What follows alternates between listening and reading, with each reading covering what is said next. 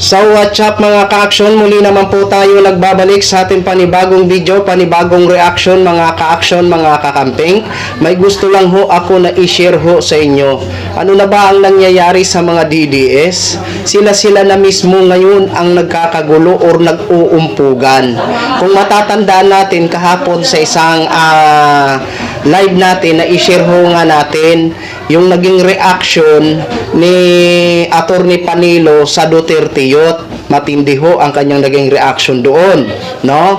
At ngayon naman mga ka-action, may napanood po ako na isang video na kung saan galit na galit ho ito si Banat Bay. At dahil sa sobrang galit niya, abay hindi ho niya napigilan ang magmura.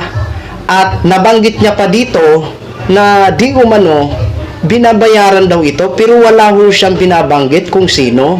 So, ito po yung kaabang-abang na mga susunod na mga sasabihin nito ni Banat Bay sa kapwa niya mga supporters. Dito sa video kasi mga ka-action, abay sobrang galit ho ni Banat Bay. So, ito po, panoorin po muna natin ito mga ka-action. Kung ikaw ay totoong Duterte supporter, kung totoo ka, putang ina ka, tumahimik ka na. Bakit? Naiiskandalo na si Tatay Digo. Tumahimik ka na dahil inuungkat mo na yung buhay ni Pangulong Duterte. Binababoy mo na siya. Kung ikaw may problema ka doon sa ibang nasa paligid ni Pangulong Duterte, makiramdam ka naman. Dahil ang nabababoy, hindi yung tinitira mo, kung hindi si Pangulong Duterte. Unless totoo yung narinig kong bayad ka para gawin ito. May narinig ako. Pero hindi ko na lang yung i-consider. Pero may narinig akong binabayaran ka ng isang taong nagseselos kay Pangulong Duterte. Ngayon, kung akala mo nakakatulong ka sa pamilya na Duterte, eto na yung anak ni Pangulong Duterte, nagsalita na. So this time, you better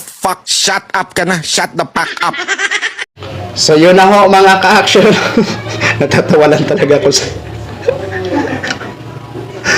mga DDE supporters, ano nang nangyayari dito sa mga iniidolo nyo?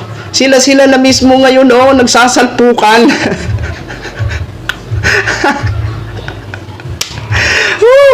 Kayo mismo walang sulit. Akala ko ba sulit? May unity kayo ng mga DDS. Ano na nangyayari sa inyo? Ito kakuha nyo mga iniidolo nyo.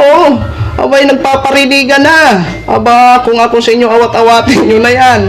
Bago pa magkabukingan, ha?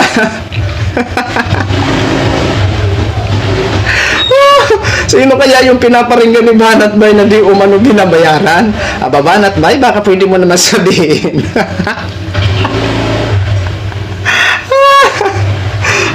So yun lang po mga ka-action, mga kakamping vlog, share ko lang po sa inyo. Maraming salamat po sa ating mga viewers Luzon, Visayas at Mindanao, all over the world. Ako po ang inyong lingkod, si The Action Man. Have a good day, everyone. Hello, the beautiful.